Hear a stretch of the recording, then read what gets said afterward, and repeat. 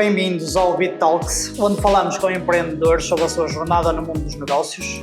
Hoje trazemos o Sr. Pedro Martins, empresário com 4 empresas distintas, que atua em áreas desde a restauração até a arquitetura, construção e serralharia. Seja bem-vindo, Pedro Martins, ao Bit Talks e obrigado por estar presente. A nossa primeira pergunta, vamos começar com a típica, que é: quem é o Pedro Martins? Boa noite. Pedro Martins é arquiteto de formação. A primeira formação, a vocação pessoal, profissional, artística. A área que eu sempre sonhei. Estudei para ela. Desde o 9º ano que eu já sabia exatamente o que é que queria ser. E desde essa altura que o foco me levou exatamente onde eu quis. Que foi curso de arquitetura. Concluído no tempo estipulado, no objetivo criado, alguns anos amarrado, duros, muito duros. Tirei o curso na altura em que ainda era duro, 6 anos, 5 mais 1, acabou bem, acabou muito bem. E entretanto depois começo a trabalhar. Mas, como tenho a felicidade, e eu chamo de felicidade hoje, de ter nascido em berço de palha, porque entretanto nasci e sou fruto de uma família humilde, bastante humilde. No português vulgar, gente pobre. E as raízes são exatamente essas. Para conseguir tirar o curso, para conseguir ter dinheiro e para conseguir ser autónomo desde os meus 18 anos, tive que arranjar a forma de ganhar dinheiro. Ou seja, neste país, a forma que um jovem tem de ganhar dinheiro o mais rápido possível é trabalhar na restauração. Bom, o meu irmão mais velho é alguém que no mundo da restauração já tem alguma reputação, bastante. É conhecido a nível nacional, internacional até. Começou mais cedo do que eu começo pela mão dele a servir à mesa. Restaurantes, pastelarias, cafés. Era o que aparecia e pagasse melhor. Certo. E, entretanto, parte da minha formação académica é paga a trabalhar sábados e domingos. Ou seja, eu estudava de segunda a sexta-feira, inicialmente no secundário, porque eu já trabalhava no secundário. Aliás, eu tenho uma etapa da minha vida que é muito interessante. Quando estou para fazer 18 anos, eu faço anos no mês de junho. Ou seja, final do ano letivo. Cheguei aos 18 anos, o objetivo do meu pai para todos os filhos foi dou-lhes a carta de condução, dou-lhes um carro a cada um. E a partir daí vocês têm que se fazer à vida. Querem gasóleo para meter no carro, têm que ter dinheiro. Querem dinheiro para a vossa vida, têm que trabalhar. Terá sido porventura um dos melhores ensinamentos que eu tive. Já trabalhava nessa altura e entretanto, mês de junho, faço 18 anos, já tinha o carro em casa, já estava comprado.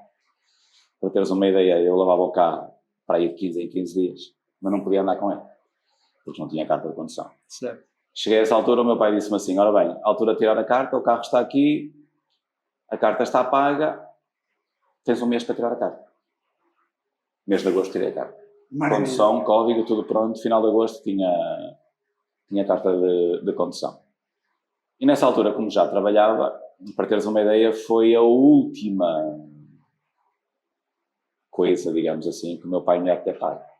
Porque a partir daí, aquilo que eu ganhava a trabalhar 8 dias por mês, mais alguns dias durante a semana, dependendo do fluxo de trabalho que tínhamos, era mais do que suficiente para eu fazer a vida que queria na altura. Ou seja, eu já era autónomo, já naquele tempo, e isso hoje para mim é de certa forma um motivo de orgulho, eu ia à bomba de combustível e atestava o depósito. Ou seja, a partir daí foi sempre a crescer, foi sempre a andar. Ou seja, eu meti na cabeça que trabalhando na restauração à hora, quanto mais horas trabalhasses, mais ganhavas, mais dinheiro tinhas. Ou seja, era o foco. E o espírito de sacrifício. Eram muitas horas mesmo. Nunca mais parei de trabalhar, até que acabei o curso. Ou seja, eu meti na cabeça que, depois de acabar o curso, não voltaria a trabalhar na restauração. E eu fazia novamente serviços de catering. Pronto. Achei que, entretanto, não era uma questão do título profissional, porque o título profissional por si só não te traz absolutamente nada. É um papel, é um título académico, depois tens que provar no terreno que, entretanto, esse título académico vai fazer a diferença na tua vida profissional. Daí o bicho da restauração. Certo. Foi sempre algo que começou, ficou e é algo que dificilmente nos sai da pele. Ou seja, é muito difícil porque é um tipo de trabalho onde tu crias relações, onde tu crias laços e do qual tens muita dificuldade de te desligar. Eu, quando acabei o curso, não criei logo a minha primeira empresa. Eu estagiei numa Câmara Municipal com a possibilidade de poder ficar nessa Câmara Municipal e, entretanto, tinha um estágio obrigatório pela Ordem dos Arquitetos, não remunerado, de 12 meses. Certo. Estagiei numa Câmara Municipal que conhecia relativamente bem, próxima da minha residência. Cheguei ao 10º mês e recordo-me de uma quinta-feira de manhã, não me levantei para ir trabalhar. Eram para aí umas 10, 10:30. E o meu pai perguntou-me, tu não vais trabalhar? E eu não tenho vontade. E a única coisa que ele me disse foi, ok, então se já estás assim, o melhor é ponderar se realmente o caminho é este.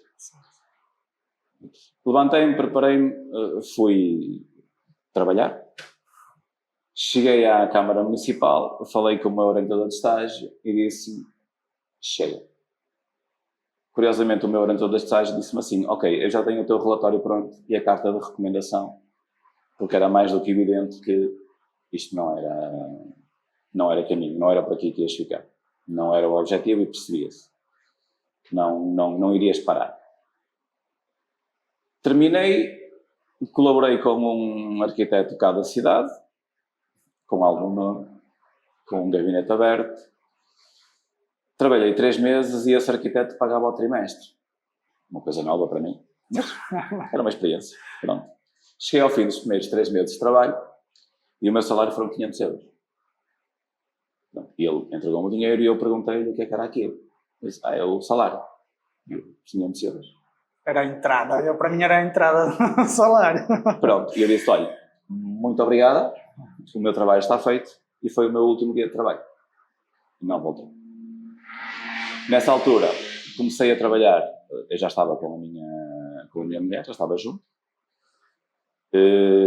já fazíamos vida de casados, embora não sendo casados, porque tirámos o curso juntos, porque também temos uma história muito longa juntos. O meu primeiro escritório foi em casa, 17 metros quadrados. Em 17 metros quadrados eu iniciei aquilo que hoje é a Plano Cúbico. Ou seja, a Plano Cúbico atua na área da arquitetura, da engenharia. Iniciamos também a área da construção. Fazemos a certificação energética. E, nesse momento, nós descobrimos uma área profissional interessante. Eu digo nós porque foi juntamente com a minha esposa. A avaliação imobiliária. E então, vai daí, como se já não estivéssemos cansados de estudar, mais uma formação daquelas longas, muito longas, na área da avaliação, um curso profundamente profissionalizante, dado por formadores da Escola Superior de Atividades Imobiliárias, e fazemos aquilo que na altura era o equivalente a uma espécie de um bacharel. Formámos-nos, foi mais uma área que começámos a trabalhar e mais uma área que o Plano Público também tem, a avaliação imobiliária, ou seja, no âmbito do crédito hipotecário, porque trabalhamos com as entidades bancárias todas do país, para fundos de investimento, para particulares, empresas e alguma avaliação especializada que já aparecia na altura, estamos a falar há 20 anos atrás, há muitos anos, muito diferente daquilo que é... Mas essa área já tem há 20 anos atrás. Já começou há 20 anos atrás. Há 20 anos atrás. Depois fizemos um conjunto, lá está, continuávamos muito expedidos, ou seja, na ânsia de aprender. Depois do curso de avaliação fizemos uma série de especializações na área. Eu cheguei até a fazer a área da avaliação de equipamentos, unidades industriais especializadas, equipamentos especializados e aviação civil. Depois acabei por parar com a formação, o escritório exigia muito. A Plano Cúbico, entretanto, saiu do escritório de casa quando, ou seja, eu cresço e normalmente os meus crescimentos e os meus grandes passos foram sempre dados depois das dores sentidas. Ou seja, crescemos, sentimos as dores do crescimento e temos mesmo que evoluir. Na altura, a Plano Cúbico cresce e eu tenho a necessidade de contratar um engenheiro civil. O primeiro engenheiro civil que eu quis contratar, hoje é meu sócio. E eu não o contratei para meu funcionário. Fizemos automaticamente uma sociedade. E é nessa altura que a Plano Cúbico aparece, é nessa sociedade. Saímos do escritório, fomos para o Hotel Fundador, o nosso primeiro escritório de arquitetura a sério, pensado de raiz para aquela função, num investimento completamente alucinante de 75 mil euros.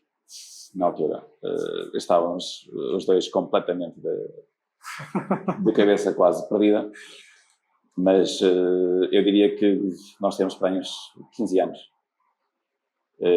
A aposta foi positiva. A aposta certa.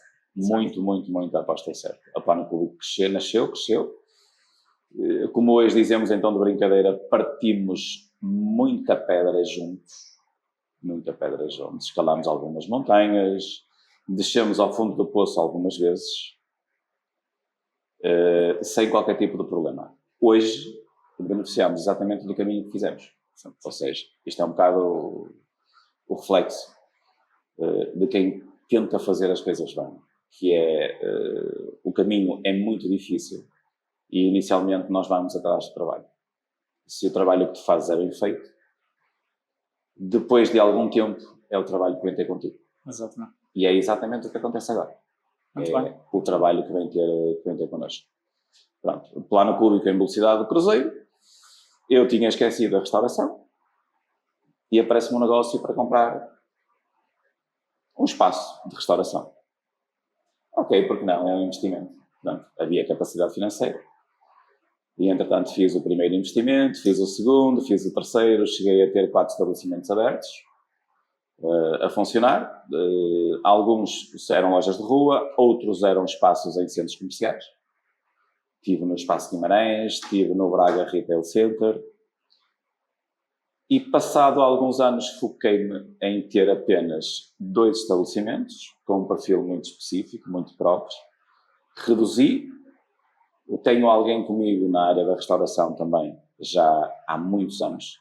Ou seja, o primeiro espaço a primeira cafetaria, que foi um quiosque de café no Espaço Guimarães, que eu comprei, eu tinha na altura 4 funcionários. Um acabou por ir embora e os outros 3 ficaram comigo. Dos 3 que ficaram comigo, porque eram 2 rapazes, 2 homens e uma mulher, ela acabou por sair, porque claramente não tinha perfil e não tínhamos perfil os dois para conseguir trabalhar juntos. Certo. E quando a coisa acontece assim, então claramente sou eu que corto a relação de forma extemporânea, imediata. Não deixo que continue. Dos 2 homens que ficaram comigo, que eram os 2 funcionários que eu tinha, um deles hoje é o meu braço direito. E essa relação tem 10 anos. Mas não é um sócio. É um sócio. Braço direito. É um braço direito, é um responsável, gerente dos meus estabelecimentos, com a responsabilidade de gerir praticamente tudo. Ou seja, é alguém, como eu costumo dizer, que conhece a minha vida toda. Nessa área. Ou seja, alguém em quem eu confio plenamente e alguém que tem uma relação comigo já muito profunda. Uma relação que vai muito para além do trabalho. E para ser uma relação tão duradoura, não pode ser apenas uma relação de trabalho. Sim. Tem que ser uma relação de amizade e uma relação muito forte. Tem que ter uma consistência diferente. Exatamente. Pronto. Desde essa altura, portanto, desenvolvemos, evoluímos, crescemos. Ficámos apenas com 2 estabelecimentos. E claramente é suficiente, chega, não invisto mais em restauração. Já agora, quais é que são os estabelecimentos? Eu tenho na cidade, no centro da cidade, edifício dos Bombeiros Voluntários, a Pastelaria Afonso. Ou seja, está orientada para a área da padaria, pastelaria, snack bar e temos pizzaria. Ou seja, um conjunto de serviços que são complementares e o próprio estabelecimento ao longo do dia vai assumindo, em função da hora do serviço, do tipo de cliente, vai sofrendo algumas metamorfoses, porque eu entendo que deve ser assim. Ou seja, não é monosserviço, não é monoproduto, porque não é sustentável. É, digamos, um conjunto de serviços que se complementam. A segunda é nas taipas, a cafetaria clássica. Foi o meu segundo investimento, claramente o melhor deles todos. O melhor deles todos. Seguramente o melhor investimento que eu posso ter. Mas em que sentido? Já agora estamos a falar disso, eu já não vou pegar nas perguntas que tenho diretamente, mas quando pega no Classic já era uma casa aberta, certo? Já tinha o seu típico cliente, digamos assim? O Classic já existia, era uma casa com um perfil de cliente muito jovem. Chamamos-lhe assim, a preparação, o pré-encontro das discotecas na Póvoa de Lanhoso. Ou seja, os grupos encontravam-se ali e a partir dali seguiam durante o dia. Tinha cliente, que é o cliente, porque há aqui uma variante, digamos assim. O Classic tem um terminal de jogos Santa Casa, ou seja, vende tudo aquilo que são jogos Santa Casa, tem o perfil de cliente que consome jogos Santa Casa e tem o perfil de cliente de consumo de bebida branca e café, digamos assim. Lá não tenho snack, não tenho pizzaria, pelo menos para já e neste momento, porque estamos numa altura de investimentos. O Classic sofrerá um upgrade monstruoso, digamos assim. Passamos de 50 metros quadrados para 200, em mais um investimento alucinante, mas que faz sentido. Ou seja, as duas casas ficam com o mesmo perfil, as sinergias passam a ser muito mais diretas, digamos assim. O produto é unificado e o tipo de serviço acaba por ser pleno nos dois estabelecimentos. Exato. Isto cria aqui uma economia de recursos que é importante. Ou seja, até porque o cliente se calhar pode passar de para outro, ou até mesmo um funcionário, digo eu. Nós temos assim, clientes comuns, os funcionários podem ser comuns, e já são. Estas sinergias, para quem gera este tipo de negócios, é importante se for pensada para reduzir custo. Certo. A redução do custo para nós é uma geração de rentabilidade. Certo. E está muito pensado nesse sentido. Ou seja, as coisas acabam quase por acontecer de forma natural. Eu costumo dizer que na área das pastelarias tenho uma gestão de helicóptero. Ou seja, eu tenho um gerente que tem uma capacidade inata e imensa na área da gestão da restauração e por isso sinto-me muito, muito confortável nessa área. Por me sentir confortável é que, entretanto, me orientei mais para a plano cúbico e a área da construção. Certo. Pronto. E não estando satisfeito, porque nunca estou satisfeito. Porque, o eterno insaciável, não é? Eu acho que um empreendedor a sério, eu acho que é um bocadinho assim. Porque depois não consigo parar, não consigo estar muito tempo parado. E estou sempre a pensar em atitudes minhas que possam majorar o meu negócio, a minha rentabilidade, tudo aquilo que é periférico àquilo que eu faço e os meus clientes. Daí, entretanto, eu e o meu sócio na Plano Cúbico já trabalhávamos na área da construção. Nós lançámos o conceito que hoje é conhecido como conceito de chave na mão. É algo que nós já temos há muito tempo, digamos, para aí há uns 12 anos. Nessa altura já fazíamos. Começámos por aí, apareceu-nos a oportunidade de absorver uma outra empresa numa fusão, que era uma empresa de construção. Nós já tínhamos uma empresa de construção nossa, embora mais pequena, com uma dimensão diferente. Conseguimos perceber que a fusão das duas empresas fazia sentido e nos possibilitava chegar aqui a mercados que nós não tínhamos capacidade pela dimensão, mas que, entretanto, as portas iam abrir-se de forma natural. A fusão aconteceu e dessa fusão nasce a XYZ Construções, que é a empresa que nós temos a operar na área da construção. Já tínhamos um portfólio de trabalho muito, muito grande.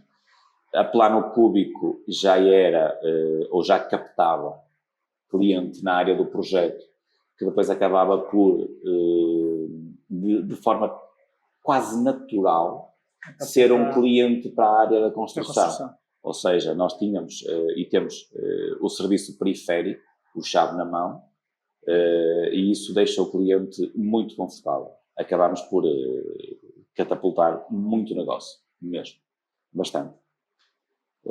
Até mais do que aquilo que era a capacidade e que estávamos à espera, mas na área da construção acho que é perfeitamente natural e normal isso acontecer.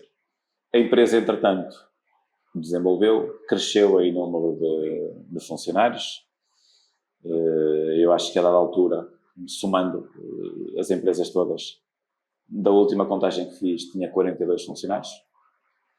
Nessas áreas todas, sendo que a área da restauração é mais volátil, porque é muito sazonal também, precisamos de mais, depois de menos, mas nunca desci abaixo dos 40. Certo.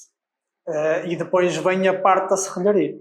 Sim, depois o que é que acontece? Com a evolução na parte da construção, no segmento da construção, o que é que nós vamos percebendo e vamos sentindo? É alguma dificuldade naquilo que é o cumprimento de prazos dos subempreiteiros.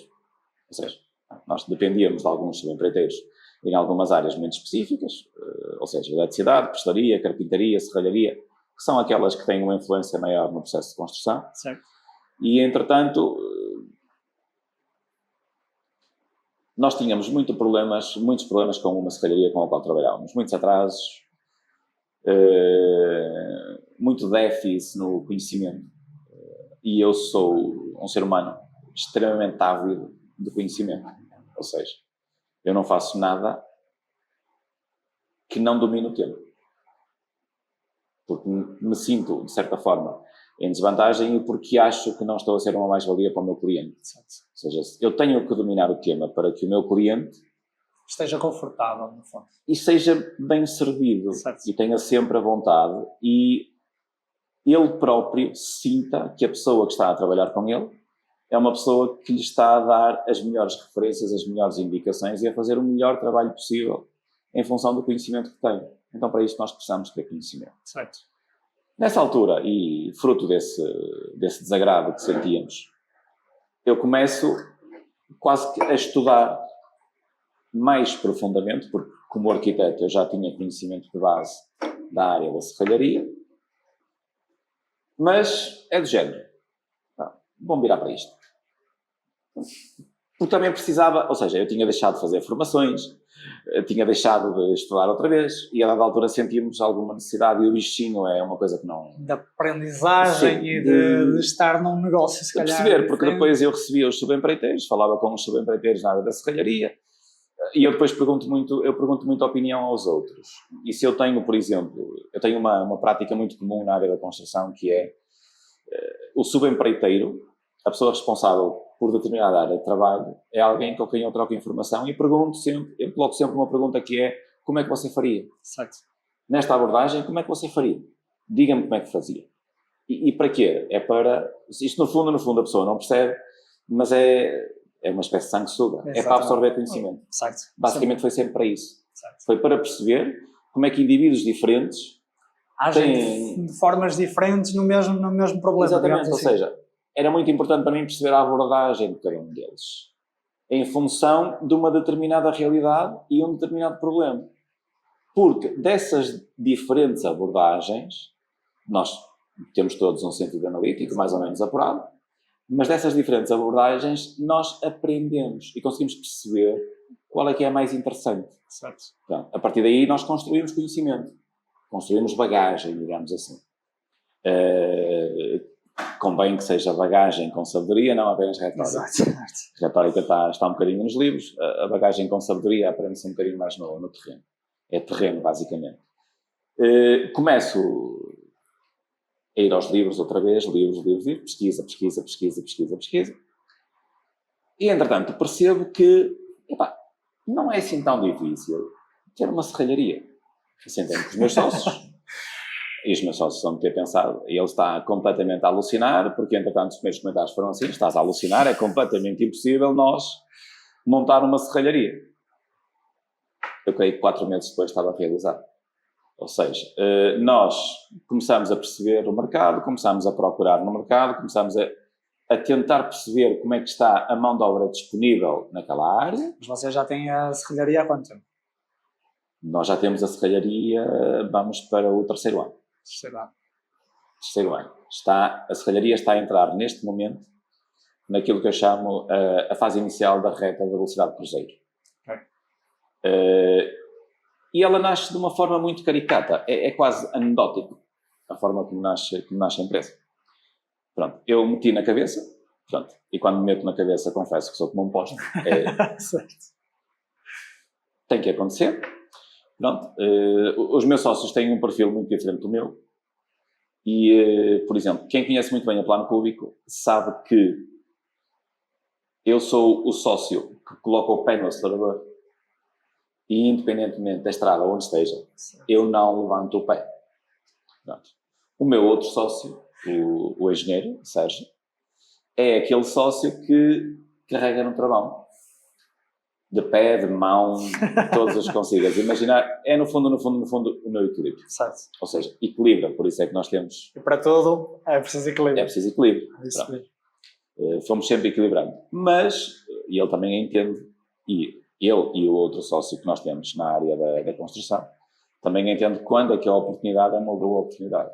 E foi. Começamos, visitamos um fornecedor de máquinas, solicitámos um orçamento para as máquinas, analisámos alguns espaços e identificámos os funcionários. Ou seja, o trabalho de casa estava feito, todo feito.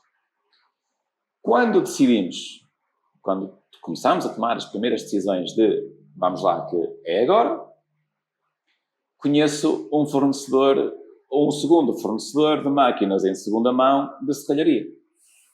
E conheci o indivíduo por acaso. Pronto. Troca mensagens, fala, vê. Olha, insolveu uma empresa em Monção. E tem as máquinas que você procura. Vou lá sábado recolher as máquinas. Eu vou lá sábado de manhã até consigo. Cheguei lá sábado de manhã com o meu sócio. E ele estava a meter as máquinas no caminhão de tiro. E eu... Não, então, ok, olha, leve para baixo, não precisa tirar do caminhão. Quando chegar a Guimarães eu pago-lhe as máquinas e depois você vai-me levar ao armazém para... Pronto, isto foi numa semana, no início da semana seguinte já tinha máquinas no armazém para começar a trabalhar. Chamei o primeiro funcionário, para a entrevista. Sim senhora, correu muito bem. Tinha um funcionário. O primeiro funcionário traz-me o segundo traz-me o terceiro, o primeiro traz-me o quarto, neste momento vem o quinto e possivelmente o sexto. Pronto. Estamos a entrar, e por isso é que estava a dizer, no início da reta da velocidade de cruzeiro, que é exatamente quando nós conseguimos ter uma boa equipa, uma excelente equipa, uma boa estrutura de trabalho, uma boa estrutura. Já ampliamos o parque de máquinas, até já estamos a entrar na segunda geração de máquinas. Porque, entretanto, a serralharia foi inicialmente pensada para trabalhar as nossas obras, porque nós tínhamos um conjunto de obras vasto, que nos garantia, por exemplo, para teres ideia, trabalho ininterrupto na serralharia. Só que, entretanto, ou seja, como eu tenho um conjunto de amigos, conhecidos, clientes, que também trabalham na área, entretanto comecei a trabalhar para eles. Certo. Ou seja, agreguei um segundo segmento, digamos assim. Ou seja, comecei a pensar na majoração, digamos assim. Ou seja, isto é pensado para trabalhar para a nossa empresa, mas eu quero começar a, de certa forma, muito devagar, ir ao mercado. Certo. Referenciar aqui alguns clientes, fazer um trabalho diferenciado. E o nosso trabalho é diferenciado porquê? Primeiro, no produto, porque nós representamos uma marca que ninguém tem aqui na zona. Depois, no serviço. Ou seja, eu continuo a defender que o cliente não deve ser só pelo preço, deve essencialmente ser pelo serviço. Pela qualidade. Ou seja, o cliente ficar plenamente satisfeito naquilo que é o triângulo do produto, do serviço e da prestação que que nós temos perante o cliente. Ou seja, o cumprimento daquilo que nos propusemos. Certo. Isto acabou por fazer que 2 ou 3 clientes que eu tinha inicialmente replicassem a outros. E acabaram por vir outros. E isto acaba por, ou seja, a bola de neve Começa a circular. acaba por aumentar. Exato. Acaba por circular. Então, a coisa aumentou. E agora está em velocidade de cruzeiro. E estamos a iniciar a velocidade de cruzeiro, iniciamos a exportação, parámos este ano a exportação para o mercado francês, porque, entretanto, o mercado francês vive momentos muito complicados, de certa forma sensíveis, e aprendi a parar da pior maneira, com um cliente que não se portou tão bem, e, entretanto, decidi que neste momento não é o momento de continuar a parte da exportação, até porque o mercado interno tem um crescimento que é exponencial a cada mês que passa. Para teres uma ideia, eu recebo solicitações de orçamentação para a obra pública sem sequer saber quem são as empresas. Ou seja, não faço ideia. Nós começamos a trabalhar com algumas empresas públicas, que são algumas empresas que eu selecionei e que me pareceu interessante, até porque é um trabalho muito direto, muito focado, ou seja, não dispersa tanto quanto o trabalho para uma empresa de construção que construa no segmento habitacional, ou então não dispersa tanto quanto para um cliente final. Ou seja, é um nível diferente, até bastante mais organizado, digamos assim. O crescimento acontece, entretanto até já estamos na segunda geração da empresa, porque a XYZ Construções, que tinha, digamos assim, o segmento da serralharia, agora vai dar origem a uma nova empresa de serralharia. Ou seja, a dimensão já é tão grande de tal forma que tem que separar. Temos que separar. As empresas têm que, ou seja, isto foi uma mãe que entretanto teve um filho, exatamente. O filho cresceu e agora já é maior de idade e agora vai à vida. Tem que ir à vida dele. Pronto, tem que se fazer à estrada e tem que caminhar de forma autónoma. Na minha perspectiva de gestor, é isto que tem que acontecer. Ou seja, uma empresa pode perfeitamente abrigar a outra durante um primeiro momento, ajudá-la de certa forma a crescer, amparar o crescimento, absorver as dores, mas chega um momento em que já não é necessário nada disto. E então vamos caminhar sozinhos. E vai caminhar sozinho. Estamos a preparar o lançamento agora para setembro da nova insígnia da empresa de serralharia e uma outra insígnia, porque lá está, ou seja, isto continua, não é? Isto é quase tudo em primeira mão. Nós percebemos que acoplada à serralharia existe o mercado da proteção solar, ou seja, stores. Certo. E, entretanto, eu, até de uma forma casuística, contacto uma empresa da venda de matéria-prima de stores. Uma empresa que está em 5 continentes, em quase todos eles, espalhada pelo mundo e muito perto de nós. E eu quis perceber, e porquê? Nós na fábrica, na empresa de serralharia, na fábrica, comprávamos stores prontos a colocar. Sempre achei o preço caro. E quando eu acho alguma coisa cara, vai à procura. Eu tenho que perceber, eu tenho que desmontar o preço do meu fornecedor e perceber, porque assim, eu pouca rentabilidade tinha a montar os stores. Não, assim eram caros. E eram caros, e eu, a altura pensei para mim, é impossível, não pode. Tem que haver aqui um segredo qualquer. Porque eu estou a ganhar pouco. Quem me vende a mim não pode estar a ganhar pouco. Ponto. Tem que haver aqui alguém. Ou seja, a cadeia de fornecimento, há sempre 1 ou 2 momentos em que a rentabilidade é grande. Nós temos que perceber qual é que é esse momento. E eu desmonto as coisas. Falo com um, falo com outro, falo com outro, falo com outro. Chego ao fornecedor. E pergunto ao fornecedor, podemos ter uma conversa? Claro que sim. O fornecedor veio, eles são de Badajoz, Espanha, veio porque faz o circuito internacional, veio cá, falou comigo, viu as estruturas e disse-me: vocês têm tudo para andar sozinhos, não precisam de ninguém. E os preços da matéria-prima são estes. Pá, e confesso que eu fiquei parvo. Desmontou o enigma. A diferença eram cerca de 600%. Coisa pouca. Pronto. Então o que é que eu penso? Ora bem, nós temos a serralharia, um leque de clientes muito interessante.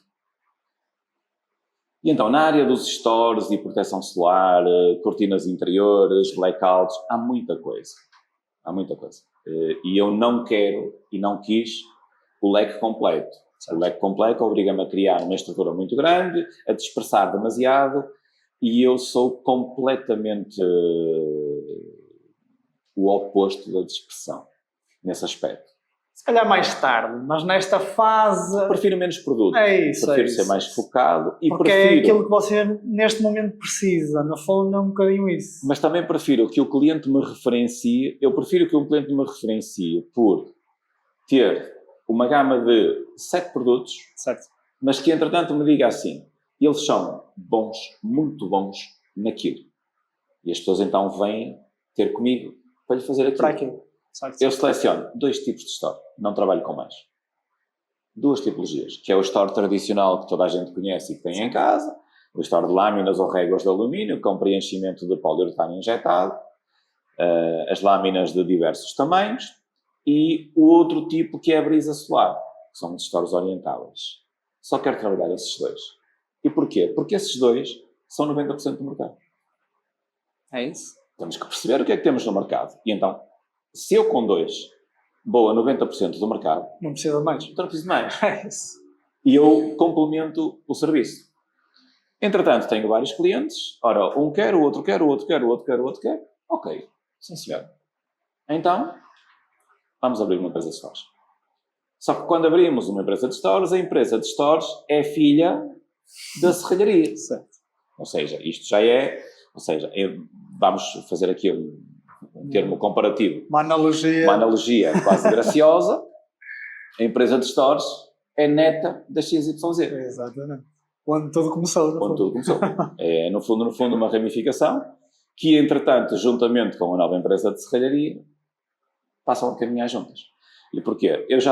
Nós na empresa já tínhamos a estrutura, temos o armazém, temos as máquinas, porque depois é tudo muito comum, ou seja, o tipo de máquinas é o mesmo, o funcionário é o mesmo, nós apenas fazemos crescer a equipa, o recurso aproveita-se e majora-se. Exatamente. Ou seja, e o que é que nós estamos a fazer? Mais uma vez, a incrementar rentabilidade. Certo. Ou seja, vamos a um mercado, aumentamos a periferia do mercado, com o serviço que temos, e majoramos a rentabilidade, porque numa mesma obra, em vez de colocar só serralharia, eu posso colocar serralharia e stores. Certo. E então percebemos isto. Conhecemos o produto, tratamos o produto, eu não lanço absolutamente nada para o mercado que não tenha conhecimento absoluto. E nesse aspecto, como eu costumo dizer, ir para uma reunião com o cliente e engasgar no tema que for, já não é para si. Já não é para mim e já não pode acontecer com o cliente, porque certo. É exatamente aquele momento em que o pode cliente... perder confiança quando não se sabe dar uma resposta certa. Gera essa dúvida. É isso. O cliente tem a dúvida, porque eu também funciono assim e todos nós funcionamos assim. Exatamente, é isso. Isto é um bocado inerente à nossa condição de ser humano, quando conseguimos perceber que do outro lado não me incrementam a confiança suficiente, ou quando eu chego à conclusão de que aquela pessoa, afinal, não tem o conhecimento que eu estava à espera, que me crie conforto para investir ou comprar, seja investir, comprar, consumir, porque depois isto é transversal a todas as áreas, não é diferente, reveste-se de peles diferentes de área para área, mas a medula é muito aquilo. É muito aquilo. Tem que se perceber que isto é... Ou seja, nós somos bons a fazer isto e fazemos isto, noutra área também vamos conseguir fazer. Certo. Percebemos isto e, entretanto, lançamos ao mercado. Vamos ao mercado. O mercado aceitou bem, ampliou, cresceu. Os meus funcionários entusiasmaram. E porquê? São pessoas, profissionais muito capazes. É preciso perceber que os profissionais muito capazes têm que ser alimentados. Certo. Têm que ser alimentados pela relação pessoal, pela relação profissional, pelo crescimento pessoal de cada um, pelo meu crescimento pessoal com cada um deles e com o grupo. Certo. E eu tenho que alimentar o grupo, fazê-los crescer. Não basta para um funcionário, e os meus funcionários dizem-me hoje, da serralharia, a mesma frase que me disseram no dia em que eu os contratei. Não é pelo dinheiro. Certo.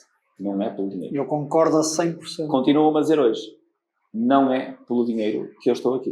Obviamente que o dinheiro fará falta sempre a todo e bom profissional. Agora, a parte da alimentação do profissionalismo não tem que ser aliada ao valor, ao dinheiro, à rentabilidade. Realização profissional. Exato. Ou seja, eles têm um grau de autonomia muito grande. Muito grande. Eu, quando faço a planificação de trabalho, eu não faço a planificação de trabalho sem eles opinarem sobre o tema. Ou seja, e eu pergunto-lhes, o que é que achas? Como é que fazemos? O que achas que é melhor?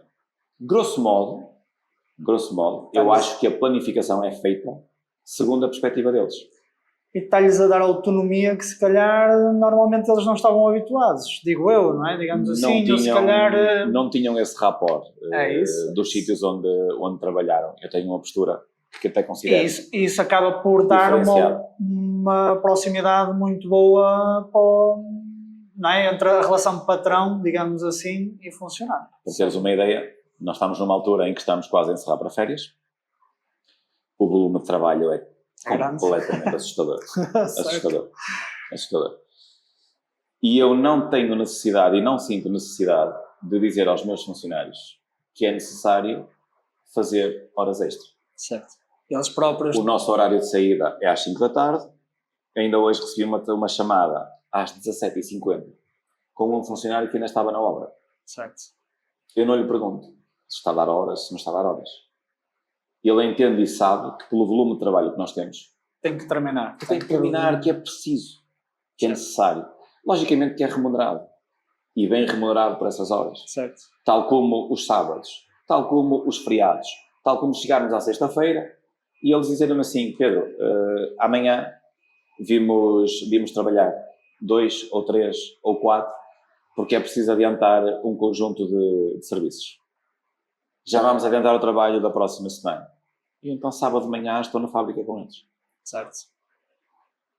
Já tem essa abertura, digamos assim, essa autonomia de... É crescimento. É crescimento. E então se eles querem ir por aí, então é deixá-los ir e eu ir junto. Exatamente. Porque indo junto, nós crescemos todos, essencialmente enquanto empresa. Porque no fim, a entidade que mais beneficia é a empresa. Certo. Porque cresce naquilo que é a relação interpessoal dos elementos, cresce naquilo que é o desenvolvimento profissional, mostra-se mais e melhor ao cliente e dá uma prova de capacidade que a diferencia do resto. Isto, aliado ao conhecimento e ao produto, são aquilo que eu considero os ingredientes para o sucesso. Sim, não tenho muitas dúvidas que o caminho é exatamente esse. Agora, claro, é muita coisa, é muita responsabilidade. Eu sou pai de 3 filhos, um com 5 anos, 2 gêmeas com 2 e entretanto eu necessito, claramente, do apoio que sinto e que tenho da minha mulher, porque muita da responsabilidade familiar também está com ela, dadas as responsabilidades que eu tenho. E a minha mulher trabalha comigo. Certo. Tenho um grau de responsabilidade muito grande também, porque entretanto trabalha na parte financeira da empresa de construção. Ela é licenciada em arquitetura tal como eu e tem o curso de avaliação imobiliária tal como eu. Nós fizemos o curso juntos. Certo. Nosso percurso foi sempre juntos. Ela vocacionou-se mais para a área da avaliação e claramente nessa área, e não tenho qualquer tipo de problema nem pudor de o dizer, é consideravelmente bastante melhor profissional do que eu. Sim. E eu considerando-me já um excelente profissional. Sim, mas se calhar diversifica mais o seu conhecimento e objetiva. Por ganhar nesse sentido. Meticulosamente enervante. Certo. Porque eu, como sou muito mais rápido... O processo tem que ser mais rápido. Tem que ser mais rápido, mas ela é, como eu costumo pensar para mim, meticulosamente enervante. Mas sim, nessa área... Ou seja, é boa com números, e como é boa com números, por isso é que está na parte financeira. Certo. E está na parte, ela trabalha comigo na parte da avaliação. Essa parte, trabalhamos apenas os dois. É uma área que é só dos dois, porque é uma empresa que eu tenho, onde ela está, e está restrita, digamos assim, até porque é uma área de enorme responsabilidade. Certo, concordo. Até pela dimensão dos clientes que nós temos. Certo. Sr. Pedro, diga-me só uma coisa. Imaginava-se a liderar as 4 empresas, neste caso agora são mais, em áreas tão diferentes num processo inicial? Não. No meu percurso inicial de vida, eu posso dizer que quando acabei o curso, passou-me pela ideia de ficar a trabalhar na Câmara Municipal onde estagiei, a fazer aquilo que a maioria dos arquitetos, ou que grande parte deles faz, que é, vai tendo alguns trabalhos, vai fazendo, mas eu percebi muito cedo que, e lá está, aí está muito a influência da restauração. Certo. Ou seja, quem trabalha na restauração não para, dá muito a parte física. E dá muito de si, no fundo, dá um bocadinho isso. Bastante. Isso ensina-nos questões como a resiliência, o companheirismo, a entreajuda, o espírito de sacrifício. Certo. É algo que nos fica entranhado. E depois não se consegue parar. Entretanto, como também fui quase que, entre aspas, obrigado a trabalhar, ia começar a trabalhar muito cedo, ia ser responsável muito cedo, eu acho que isso são ingredientes para que depois no futuro tu não consigas parar. Impossível. Completamente impossível. Eu sempre fui apaixonado pela área da construção.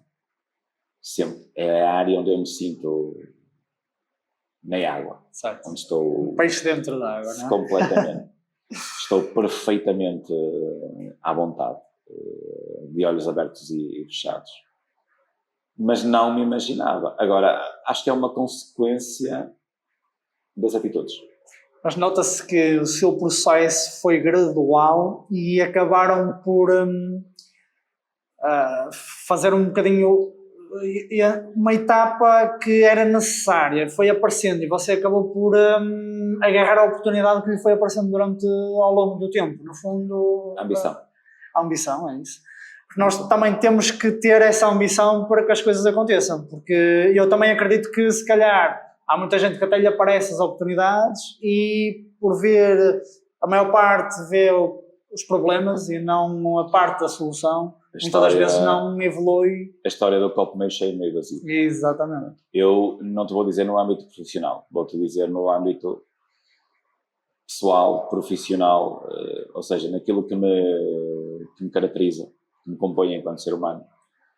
Eu não olho nunca para um copo meio vazio. Nunca o copo para mim está meio vazio. Certo. O copo para mim está sempre meio cheio.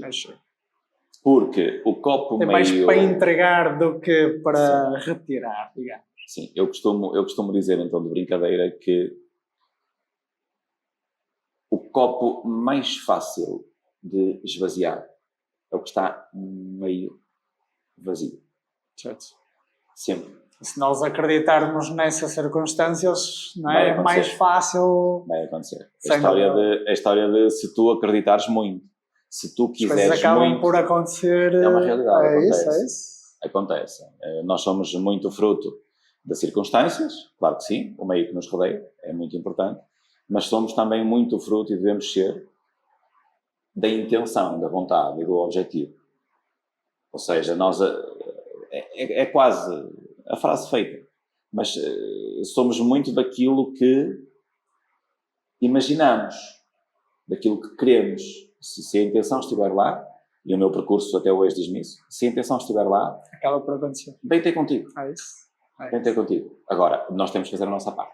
Mas agora vamos Sr. Pedro, vamos ver aqui uma questão que se calhar há muita gente que se deve questionar. Porque há muita gente que não tem nenhuma empresa e acaba por se questionar, porque o tipo de trabalho às vezes nós vamos perder tempo. Já quem tem uma empresa às vezes pensa que já tem pouco tempo. Como é que é possível uma pessoa gerir o seu tempo, não é? O seu foco, a fase familiar, por exemplo, com tantas empresas e em áreas distintas? tens que primeiro ter a consciência de que sozinho ninguém faz nada. Ponto. Essa é perfeita. Sozinho, para mim essa é perfeita. Sozinho ninguém faz nada. Ninguém. É a única coisa que tu consegues fazer sozinho é espetar-te contra o muro do botão.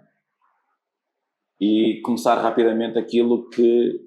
ou acabar rapidamente aquilo que começaste. Ou seja, que é, se tiveres a perspectiva de que sozinho não fazes nada, isto vai-te induzir a tu rodeares-te de boas pessoas, de quereres pessoas ao teu lado para acompanharem a tua caminhada. Isso é importante, muito. No meu percurso foi fundamental. Porque, por exemplo, na área da restauração eu tenho um braço direito, na empresa de arquitetura eu tenho um sócio, mas também tenho um braço direito. Certo. Vou-te contar uma passagem, conto isto a muita gente. A muita gente. E é algo que eu levo para a minha vida inteira. E a pessoa de quem te vou falar também vai levar para a vida inteira toda. Depois de eu criar a Plano Cúbico, já tinha o meu sócio, a minha mulher inclusive também já estava, já trabalhava connosco naquela altura, que ela primeiro começou por não trabalhar, depois trabalhou, depois não trabalhou, depois passou para a área da restauração para gerir uma parte dos negócios. Eu precisava, já tinha 2 engenheiros a trabalhar, precisei de contratar um arquiteto. E então o que é que eu fiz? Como todas as empresas e gabinetes de arquitetura fazem. Coloquei um anúncio. Certo. Um anúncio, contrata-se arquiteto ou arquiteta, pronto. Com muita experiência, com pouca experiência, para mim é completamente irrelevante. Até hoje, completamente irrelevante. E eu coloquei o anúncio e eu creio, se a memória não me atraiçoa, porque também já vai há muitos anos, que no dia a seguir, ou eventualmente até no mesmo dia, mas eu acho que foi no dia a seguir, eu estou no escritório a trabalhar e tocam a campainha. Entretanto, uma das minhas funcionárias foi atender e era um casal de arquitetos. A minha funcionária atendeu-os, passado um bocado ela vem à minha sala de trabalho e diz-me: Pedro, estão ali 2 pessoas, um homem e uma mulher, que entretanto viram o anúncio, já te responderam por e-mail, mas quiseram vir pessoalmente entregar-te o currículo. Isto é daquelas coisas que não pode, nunca em momento algum, ser indiferente a ninguém. Ignorar, não. Não pode ser ignorado. Ou seja, eu sou um ser humano de sensações. Certo. E é aquele momento em que eu tenho uma das várias sensações que eu vou ter ao longo da sensibilidade, digamos assim, de os atender. Há aquele... Não é sexto sentido, porque nós homens não temos nem pouco mais ou menos. Certo. Nem sei se temos os outros 5, quanto mais um sexto. Mas qualquer coisa que diz. E ela perguntou-me: vamos embora? E eu: não, pelo amor de Deus, impensável. Não, eu vou atendê-los, vou falar com eles. Pronto. Ela encaminhou para a sala de reuniões, eu fui ter com eles. Era um casal de jovem. Estavam na fase, tipo, tinham acabado o curso de arquitetura. Já formavam um casal. Não eram marido e mulher, mas eram um casal. Tinham feito o curso na Universidade da Beira Interior. E andavam à procura de emprego. Ela é portuguesa. Ele agora também é português, mas tem origem cabo-verdiana.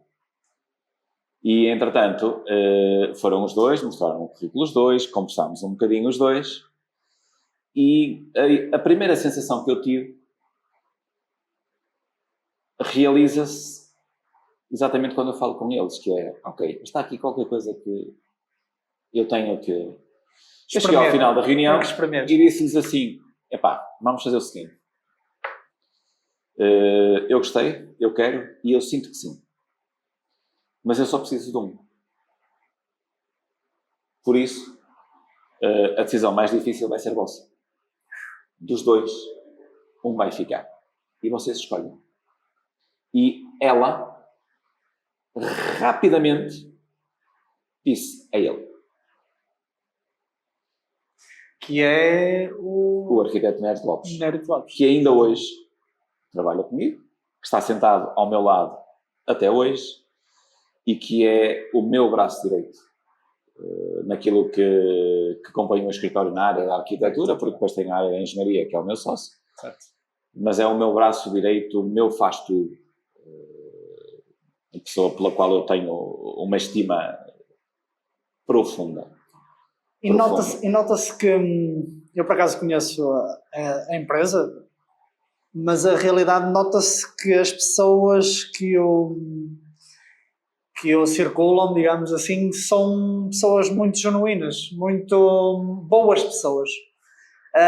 E agora vem uma pergunta que é: acha que isso, ou se calhar esse sexto sentido que você diz que não tem, não é? Mas a questão é, essa parte de quando quis ficar com um deles, no fundo você viu essa parte de boa pessoa ou de uma pessoa genuína que estava à sua frente, ou só viu realmente a pessoa técnica que poderia encaixar naquilo que você procurava? Eu aliei-me completamente da vertente profissional. Não era, naquele momento não era importante, até porque eles tinham a qualificação académica. Por aquilo que eu tinha visto do trabalho deles, era perfeitamente adequado, mas naquela altura já não era a questão técnica, profissional, de ele serve o meu objetivo. Não é assim que eu construo as relações. Certo. Não, é enquanto pessoa. Para mim é sempre mais importante enquanto pessoa. Essa é a questão, não é certo? Porque é isso que depois acaba por nos fazer ter a certeza de que a escolha foi uma boa escolha. Quando nós estamos 1, 2, 3, 4, 5, 8, 9, 10 anos juntos. Certo. Obviamente que ser profissional é essencial. É importante. Agora, eu acho que a parte dessa relação se constrói com pessoas. Não é? Olha, ele vinha naquela altura, tenho acabado de sair da universidade, ou seja, estava fresquinho, como eu há uns anos atrás, fresquinho. Antes dele, estava fresquinho, verdinho, farto de levar tanga pelo pessoal em obra, porque o pessoal em obra gostava desses arquitetos, porque encheu o peito e dava tanga. Hoje até algumas situações agradeço, foram muito interessantes, aprendeu-se muito, mas não, foi na vertente pessoa, porque entretanto ele cresceu ao meu lado, cresceu comigo. Induziu muito e absorveu muito daquilo que eu sou, da parte técnica, do foco, do ser intransigente em algumas situações. A parte humana é muito humano. Ou seja, a humanidade que existe, não em todas as pessoas que me rodeiam, porque não são todas, mas naquelas que eu considero mesmo muito importantes, a humanidade que existe neles é naquela que eu me revejo. Certo. E por isso é que as relações até hoje perduram. E por isso é que as pessoas não equacionam uma possível saída ou abandonar. Não, sim. Porque a realização, lá está, volta a ser o conjunto. É isso mesmo. É o conjunto. Eles estão bem, eles sentem-se bem, eles próprios dizem que estão bem, e então as coisas fluem com muita naturalidade, digamos assim. Logicamente, e não vamos descurar, nem descuidamos a parte mais profissional da coisa, que é, ou seja, é um profissional, um excelente profissional, certo. E tem que ser pago como tal. Certo. Ou seja, nós temos que, de certa forma, também, nesse aspecto, dar a dignidade que a pessoa merece naquilo que é o ordenado que pagamos. Isto é uma forma da pessoa sentir que nós respeitamos a posição e o conhecimento, mas que também estamos a dignificar o ser humano profissional. Certo. Caso contrário, não faz sentido. Concordo. O ser só muito amigos, o ir para as farras, o acompanhar naquilo que é, quase que chamemos entre aspas, a parte mundana da relação, digamos assim, a parte lúdica, isso depois acaba, isso tem um fim. Isso tem sempre um fim. Enquanto que nós assentemos a relação na dignificação daquilo que é a componente humana, social e profissional da pessoa que está ao nosso lado, dificilmente essa pessoa nos abandona. Certo. Dificilmente. E continua connosco enquanto nós quisermos. E eu tenho relações com essa longevidade. Logicamente que tenho relações muito mais curtas. Sim. E também deixo cair. E deixo ir. Para teres uma ideia, na parte da restauração, sabes que a restauração é uma área muito volátil no que diz respeito aos funcionários. O meu braço direito, o Ângelo, que também conheces, inicialmente preocupava-se muito quando nós perdíamos funcionários. Quando se iam embora, quando queriam ir embora. Passavam uns anos. Já diz aquilo que eu digo. Não serve, deixa ir. Ele sai e vem outro.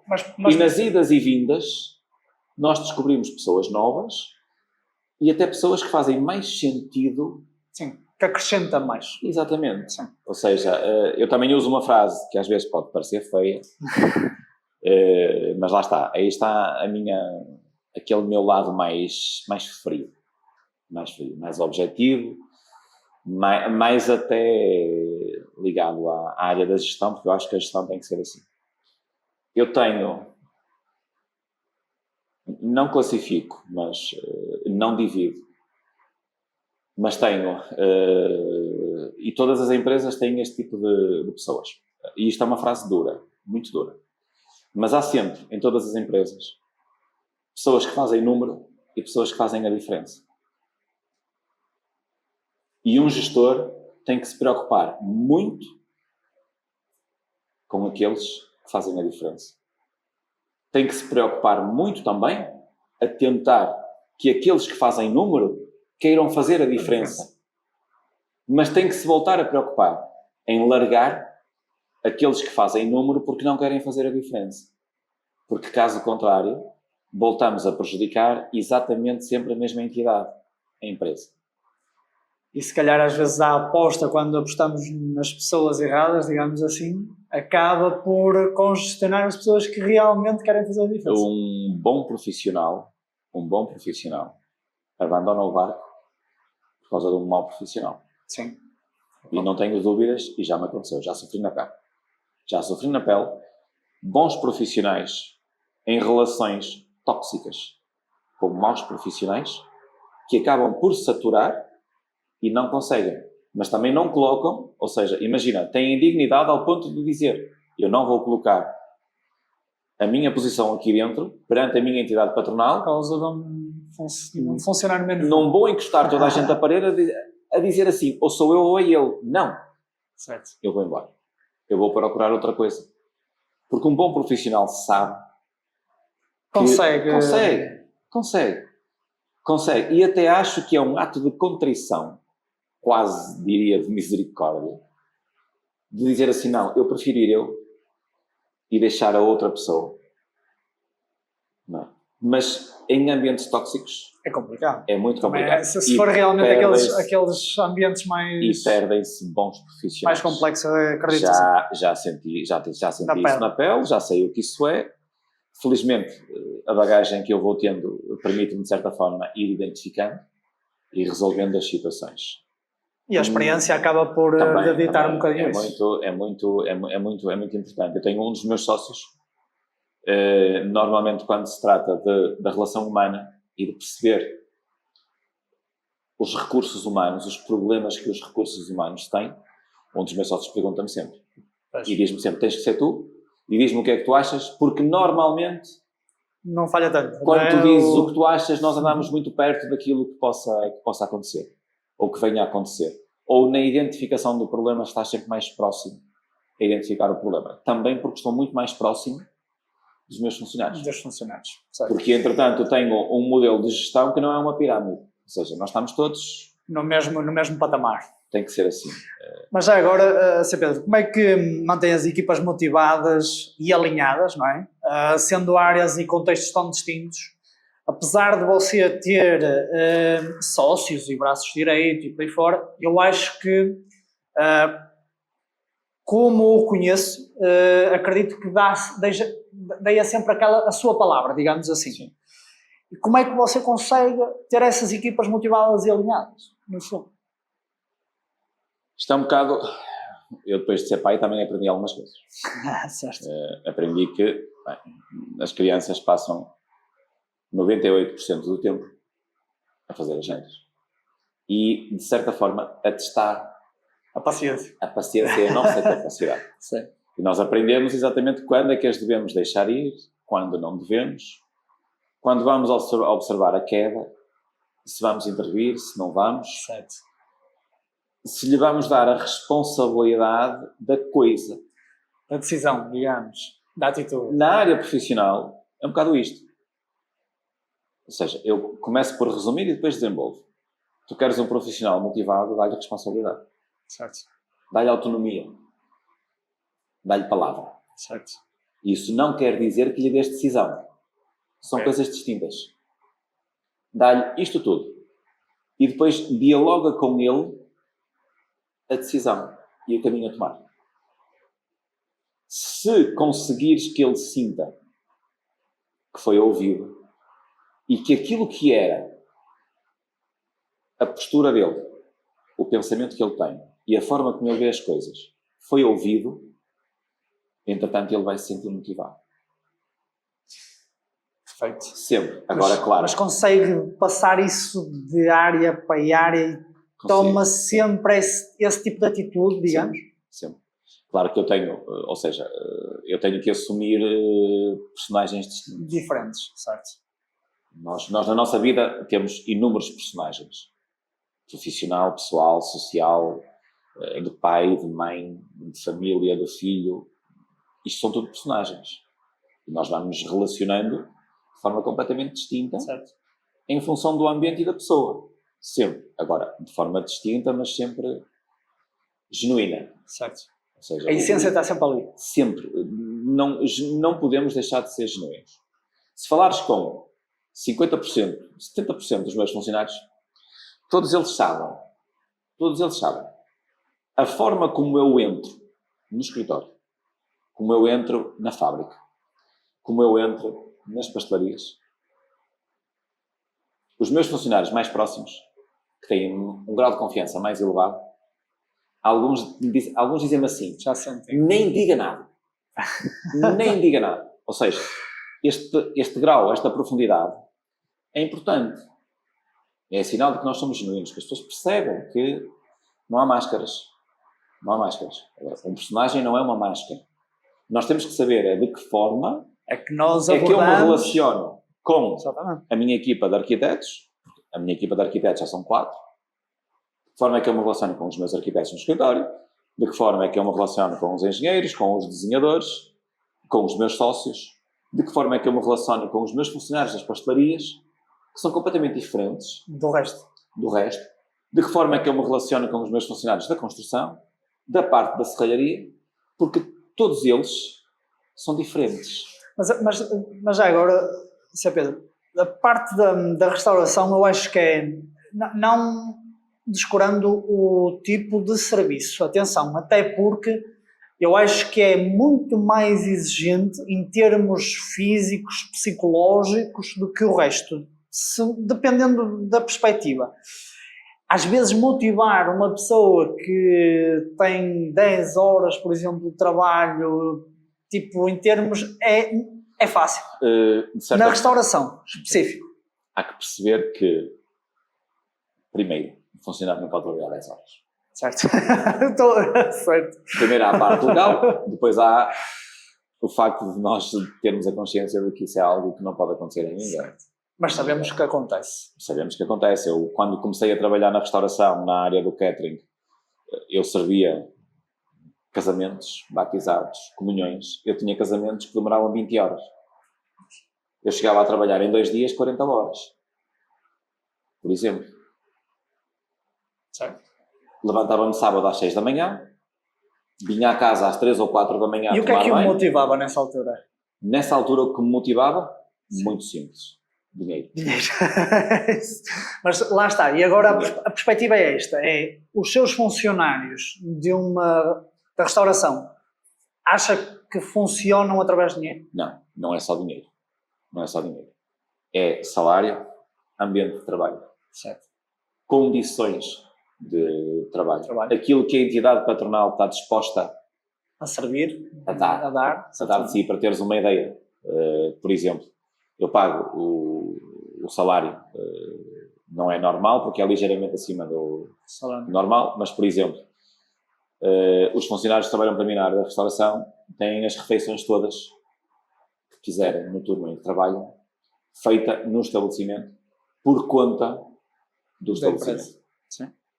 Pronto. E se reduzires isto naquilo que é a vida de alguém que já não ganha muito, porque hoje em dia no mercado em que nós estamos ninguém ganha muito, ou seja, o dinheiro é escasso para toda a gente, mas a empresa onde eles trabalham dá-lhes 50% das refeições do dia. Certo. Já lhe dá alguma autonomia, digamos assim. Ou seja, é um custo que eu lhes estou a retirar. É isso. Retiro-lhes um custo, eles estão alimentados, digamos assim, porque eu tenho casos de pessoas que se não fosse aquilo, era difícil, era muito difícil, era complicado, porque a gente, entretanto, vai conhecendo a vida das pessoas e vai percebendo. Mas eu acho, eu e a minha mulher também é da mesma opinião, que isso acaba por ser uma mais-valia. Ou seja, acaba por, de certa forma, enquadrar melhor o funcionário na empresa. Agora, é muito também uma questão de grupo. Ou seja, formar o grupo. Qualidade do grupo. Porque eles são todos pessoas relativamente jovens. Eu tenho uma faixa etária de funcionários relativamente jovem. Abaixo dos 30, quiçá abaixo dos 27, 25. É tudo gente muito, muito jovem. É preciso perceber que, entretanto, a motivação para eles trabalhar também depende muito deles. Eles têm que gostar daquilo que fazem. Certo. Porque é serviço, ou seja, é atendimento público. É isso. É muito difícil. Daí eu estar a dizer o que disse, no fundo, porque em perspectiva de diferença. Eu sei que eles levam paulada o dia todo. Certo. Eu próprio lhes digo. É levar paulada e um sorriso na cara. Certo. É preciso gostar. Certo. É preciso gostar. É preciso ter aptidão. É preciso gostar. Tenho alguns que gostam muito, bastante, que têm aptidão. Outros que nem tanto, mas é inerente à personagem de cada um deles. Certo. Pronto. Por isso é que uns estão mais tempo, outros são mais passageiros. E outros ainda se mantêm. Exatamente. Ou seja, é um bocado por aí. Agora, motivar essas equipas não é fácil. Sim. Agora, claro, temos sempre, todos os anos, o célebre jantar de Natal, que é... E o meu braço direito... Já agora reúne todas as empresas? Ou... Não. Todas não. Reúno todas as empresas individualmente. Ok, é isso. Porque, para teres uma ideia, o grupo das pastelarias é um grupo jovem, certo, extremamente agressivo. Mas, certo. E juntar isso com outro tipo juntar este grupo com o grupo dos 50, 60, certo. Não é muito fácil. Acho que não daria resultado. Mas eu agora também venho a esta pergunta, que é, se alguma vez pensou em juntar tudo num grupo, as empresas num grupo só? Não tenho ainda estrutura para criar, digamos assim, um cluster. Mas tem essa ambição? Não é neste momento uma ambição. Não? Mas já foi alguma vez? Não. Ok. Não, eu sempre achei que a meta seria sempre esta. Até 50 funcionários. Uma empresa tem uma determinada dimensão. Acima dos 50. Se temos uma ou várias empresas, aí sim, temos que pensar em algo muito maior. Até lá não. Em Portugal é muito difícil. Certo. Muito difícil criar esse tipo de empresas. Porque quando tu começas a fazer contas, depois percebes que tens um tio, nós todos temos um tio comum, certo, que é o tio que anda sempre de bolsos abertos. Certo. E está sempre à espera que os encha, não é? E está sempre à espera que a gente faça as respectivas contribuições. Não tem. Neste momento até estamos exatamente ao contrário, que é as empresas separadas, autónomas. Criar filhos e netos. Não é? Não posso dizer que seja o último, porque já o disse e entretanto não foi. Certo. Mas empresas autónomas, pequenas e médias empresas, mas mais focados naquilo que é a majoração de rentabilidade de cada uma delas. Certo. Ou seja, nós atingimos um patamar de maturidade que nos permite saber de que forma é que nós ganhamos dinheiro. É que pode ser rentável. Exatamente.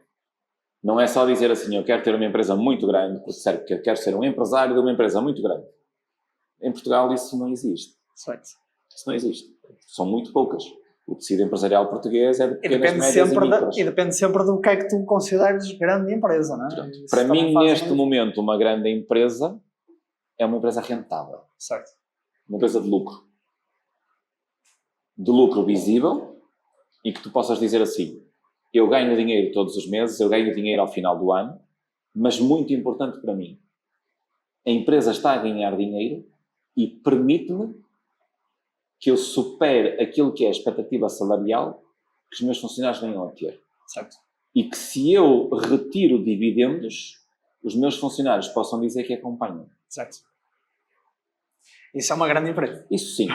Nesta altura, mais do que tudo o resto, é lógico que gosto muito de ganhar dinheiro. Claro. Como é lógico, mas nesta altura é muito importante nós pensarmos assim, ou seja, daquilo que é o tecido. Para nós termos um acompanhamento também, se calhar, das pessoas com a proximidade, de crescimento, o mercado de trabalho está escasso. Isso mesmo. O mercado de trabalho está escasso. Na área em que nós trabalhamos, nós precisamos de mão de obra qualificada. Certo. Não existe. Ou valorizamos aquela que temos. Ou cada vez há menos. Valorizamos aquela que temos, que na minha geração ainda é a mão de obra altamente qualificada, certo, que aprendeu no terreno, não aprendeu nos computadores, não aprendeu nas máquinas, não. Aprendeu manualmente a fazer as coisas. E essa sim é o tecido, a força trabalhadora que encerra conhecimento.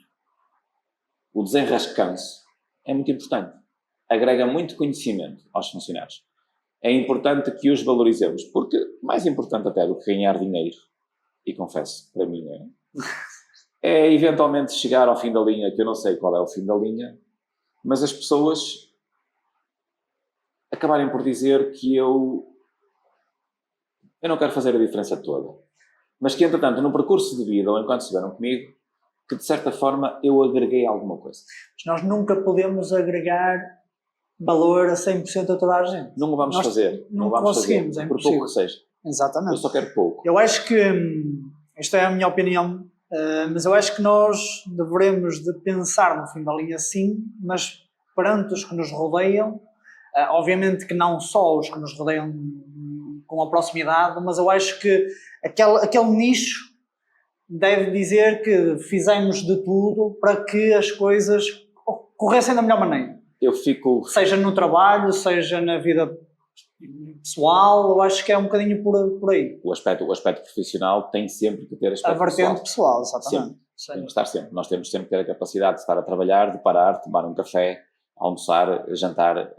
Ter essa liberdade de tempo, que eu acho que cada vez mais é-nos retirado, sim, digamos. E depois perceber e sentir as dores, certo, não dos nossos funcionários, mas dos seres humanos que são os nossos funcionários. É isso mesmo.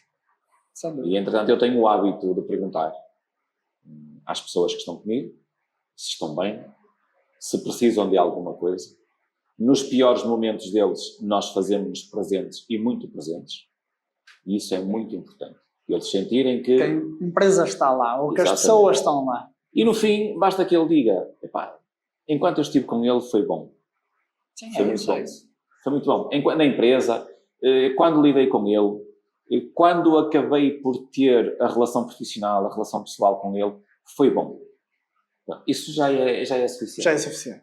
E agora vou-lhe perguntar, vou-lhe fazer uma pergunta, que é, como é que a tecnologia ajuda ou impacta o dia-a-dia nas diferentes áreas onde atua?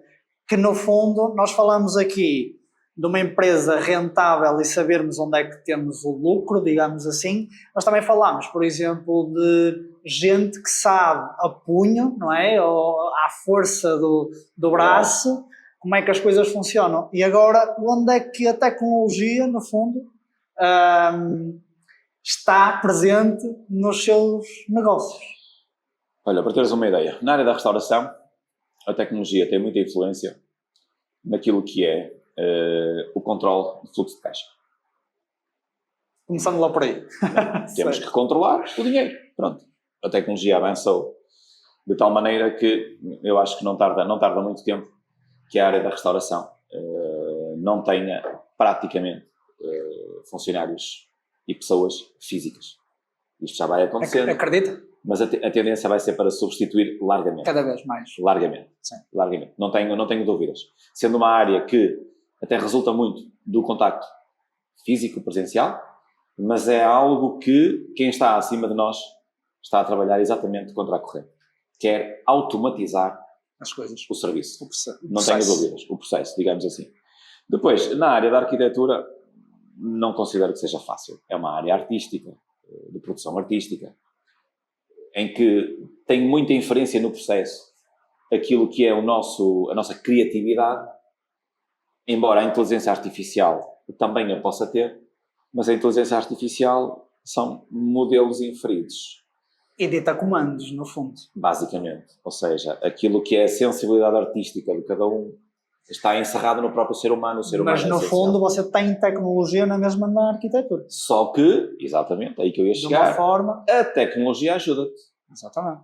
Acelera-te os processos, automatiza-te processos, até tem inferência no teu processo criativo, porque te ajuda no próprio processo criativo a ser mais rápido, a ser produtivo em função daquilo que tu produzes, ou seja, tu podes produzir modelos e a inteligência artificial ajuda-te no próprio processo, rebate-te o teu processo, obriga-te a pensar, ou seja, isto já existe. Certo. Isto é importante.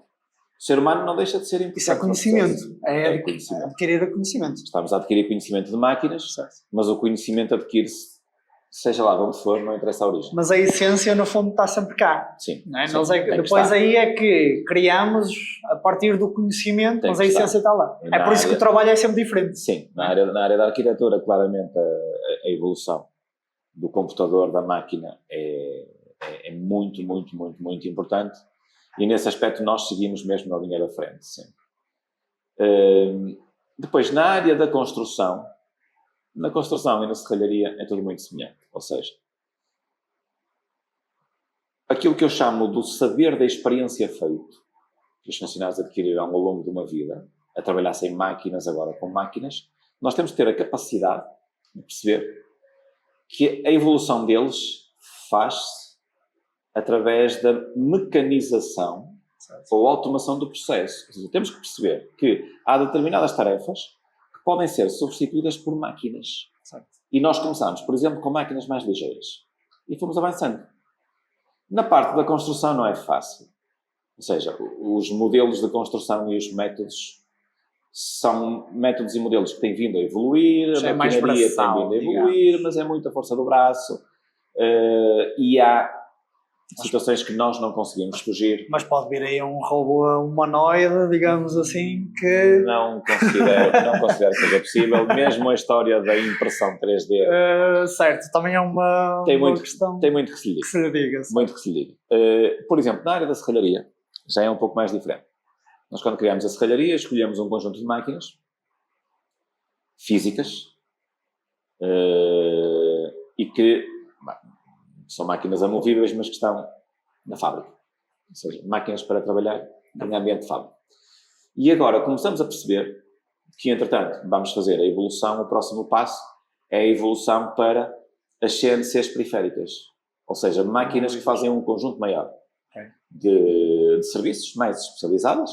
Não vou deixar de ter as primeiras máquinas que tinha. Certo. Quero sim, na segunda geração, acoplar ao conjunto inicial. Ou seja, vou continuar a ter aquela máquina que me permite fazer um trabalho manual, quase dos ferreiros à antiga, e agregar uma máquina nova em que eu digo à máquina o que é que quero fazer e a máquina faz por mim. Isto tem uma capacidade, que é, se a máquina faz sozinha, ou em parte sozinha, enquanto a máquina faz uma coisa, o funcionário faz outra. Estamos a retirar, no fundo, o trabalho físico. Exatamente. Rentabilidade. Ou seja, já conseguem empenhar o trabalho no outro lado. Aumentamos a capacidade produtiva. Evoluímos num tipo de máquina, evoluímos num tipo de serviço. Temos é que ter esta capacidade. Acompanhar o mercado e, de certa forma, o colaborador também estar disponível para fazer essa evolução connosco. Para que isso aconteça. Porque eles são... Porque alguns são um bocadinho reticentes à mudança. Mas eles são peça fundamental. Ou seja, certo, trabalhar uma CNC para um trabalhador que não tem formação, ou que nunca teve formação, ou que não tem tanta aptidão para trabalhar com a máquina, certo, é mais complicado. Claro. Ele tem que estar aberto e apto a fazer a formação, a querer evoluir, a querer crescer, para dispor-se a errar, eu permitir que ele erre. Sim, também é essencial. Permitir que ele erre, que prejudique de certa forma com o erro, que prejudique a empresa. Mas para o pôr confortável para evoluir. Todos eles têm esse conforto. E daí nós estarmos agora exatamente na geração seguinte e na fase seguinte. Agora, é muito caso a caso. Ah. E depois também é muito o tipo de trabalho que tu tens, o tipo de cliente que tu tens, o caminho que tu queres seguir, se queres investir ou se não queres. Certo. Ou seja, é a bússola do gestor, que é no fundo, definição da orientação. Do que é que tu realmente queres. Para onde é que nós vamos? Para onde é que nós queremos ir? A primeira definição é exatamente essa. O trabalho que vem a seguir é solidificar a tua primeira intenção e perceber se as pessoas querem ir contigo e levá-las contigo. Porque eles podem não querer. Cabe-nos a nós ter essa capacidade de que, entretanto, eles queiram ir. Certo. Lá está, voltamos à motivação, fazê-los crescer, querer-los ver crescer, permitir-lhes que eles cresçam. Ou seja, isto é tudo fruto da tua primeira decisão. Certo, sem dúvida alguma. E de tudo o que nós falamos, se tu não conseguires tudo isto que nós falamos, na questão relacional, na questão do objetivo, na questão profissional, na valorização, eles não te acompanham, tu não consegues evoluir. Pois não vale a pena tomares a decisão. Mas a tecnologia ajuda ou não ajuda? Muito. Faz a diferença toda. Sem dúvida. Agora, eu vou-lhe fazer aqui mais 2 perguntas. Uma delas é: que empreendedor da região gostarias de ver como convidado do BeTalks? Esta é frio. Difícil. Uma pessoa que você tenha um certo prisma de trabalho, que tenha qualidade, que tenha os mesmos valores que se calhar você entrega. É difícil. Sabes que o meu foco é tanto que às vezes eu perco um bocado a questão analítica no mercado ou seja, das pessoas que me rodeiam, que até trabalham na mesma área, que fazem a mesma coisa que eu faço, e há muita gente que faz. Certo. Que faz aquilo que... Mas pode conhecer outras áreas. Olha, eu gostava muito que tu conseguisses um dia entrevistar ou trazeres ao BeTalks. Ao BeTalks. Exatamente. Gostava muito. Uma pessoa que eu admiro imenso enquanto gestor, que é neste momento uma das cabeças mais importantes que está na Real. É uma gestora de topo a nível mundial. Já liderou dos maiores bancos a nível mundial. Certamente que ele não virá certo. ao BeTalks, porque acredito que ele tenha uma agenda completamente Mas ele é de Guimarães? absurda. Não. Tem que ser da região. Tem que ser da região. Sim. É um gestor na área bancária que eu admiro imenso pelo poder de decisão, pelo foco, pelo espírito de sacrifício. Uma pessoa que passou parte da vida a trabalhar 7 dias por semana. Ininterruptamente. Muito interessante. Não sei, eu acho que alguém, porque depois então também acompanho e também aprendo. Isso é importante. Isso é importante para mim. Mas alguém que seja ligado à construção. Nós temos uma empresa de referência cá na cidade, até pelo tipo de obra que vai fazendo. A empresa com a qual nós vamos tendo pontualmente alguma colaboração. Uma empresa da qual eu admiro imenso o trabalho, que é a NV. Okay. É uma empresa com um crescimento sustentado, mas absolutamente estratosférico. É aquilo que eu considero um modelo de grande empresa e com uma gestão, uma forma de estar no mercado, uma operacionalização do que sabe fazer, muito interessante. Muito interessante mesmo. Muito interessante mesmo. E o percurso deles é muito interessante. E quem é o gestor já agora? Tem vários. O engenheiro Madeira. Muito interessante, porque eles, lá está, cresceram. Eram pequeninos e foram crescendo. E foram evoluindo. É muito... Lá está, porque quem geria tinha o foco, a direção, a bússola. Eventualmente. Mas se calhar por aí. Creio que na cidade, e sendo uma empresa de Guimarães, criada cá na cidade, originalmente de cá, ou seja, não é nenhuma grande empresa que se tenha vindo sediar. Não, foi uma empresa que cresceu aqui. Acho que de certa forma seria interessante. Sim. É uma aprendizagem também. Acaba por ser uma aprendizagem. E agora, se pudesse deixar uma frase para inspirar a próxima geração de empresários? Eu não sei o que vai ser a próxima geração de empresários. Qual é que seria? Porque nós não conseguimos ser empresários, nós não conseguimos ser um empresário da rede social ou das redes sociais. Não. Podemos ser a curto prazo, digamos assim. A longo prazo, se calhar, já não é o caso. Sou profundamente cético no que diz respeito à próxima geração de empresários. Porque... Mas se tivesse uma frase para inspirar, o que é que você lhes dizia? Já tenho uma formalização das coisas. Qual era a frase que pudesse inspirar a próxima geração de empresários?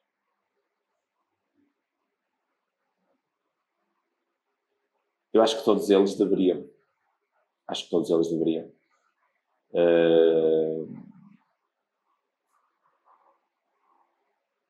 Estudar profundamente a origem da geração anterior.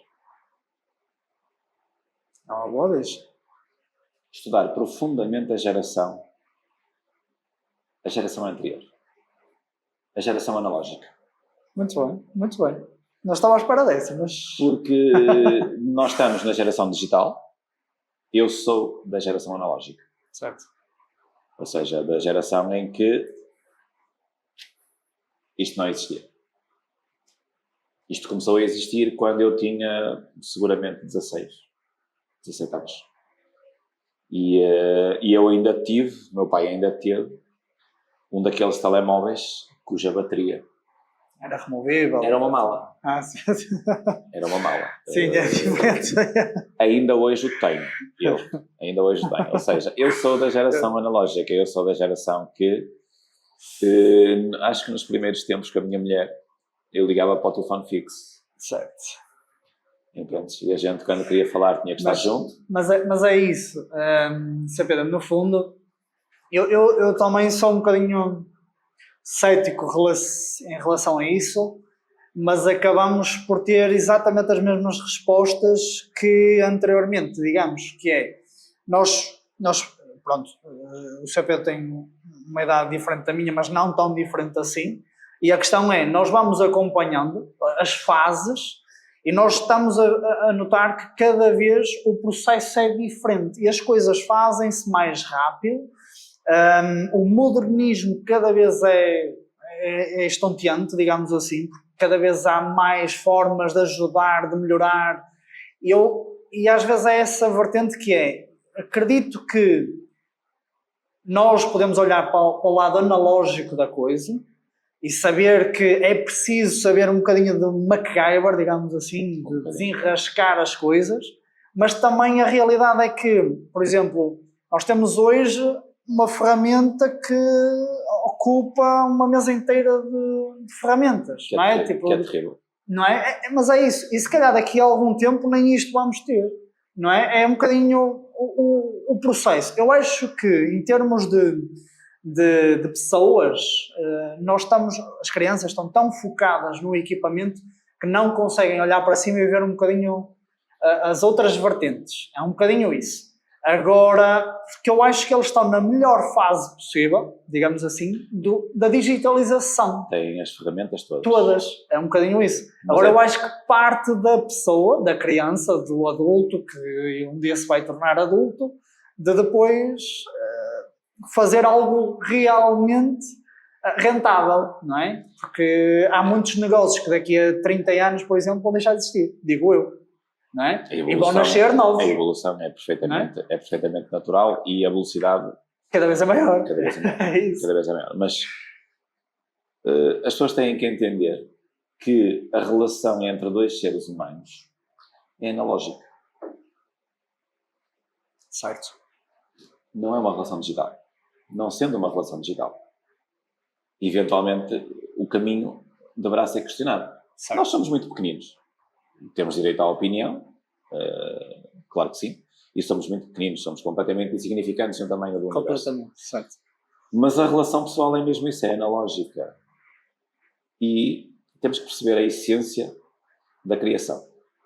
Ou seja, nós somos essencialmente animais, criados com alguma intenção. Temos que tentar perceber ou aproximar-nos da percepção da intenção da nossa criação. Eu acho que a intenção tem muito a ver com esta questão da relação. Caso contrário, não faria sentido que nós cá estivéssemos. E que fôssemos tantos. Certo. Ou seja, fomos feitos para nos relacionarmos. Se essa relação claramente só funciona numa plataforma analógica, em que nós estamos juntos a conversar, em que nós desenvolvemos o que quer que seja, isto é altamente pernicioso. Por isso eu acho que a próxima geração deveria claramente perceber, estudar, aprofundar o que foi essa vertente da analógica. A vertente analógica da coisa. Porque se calhar, não sei, eventualmente... Até porque uma relação ensinar analógica, digamos assim, cria uma proximidade diferente do digital, não é?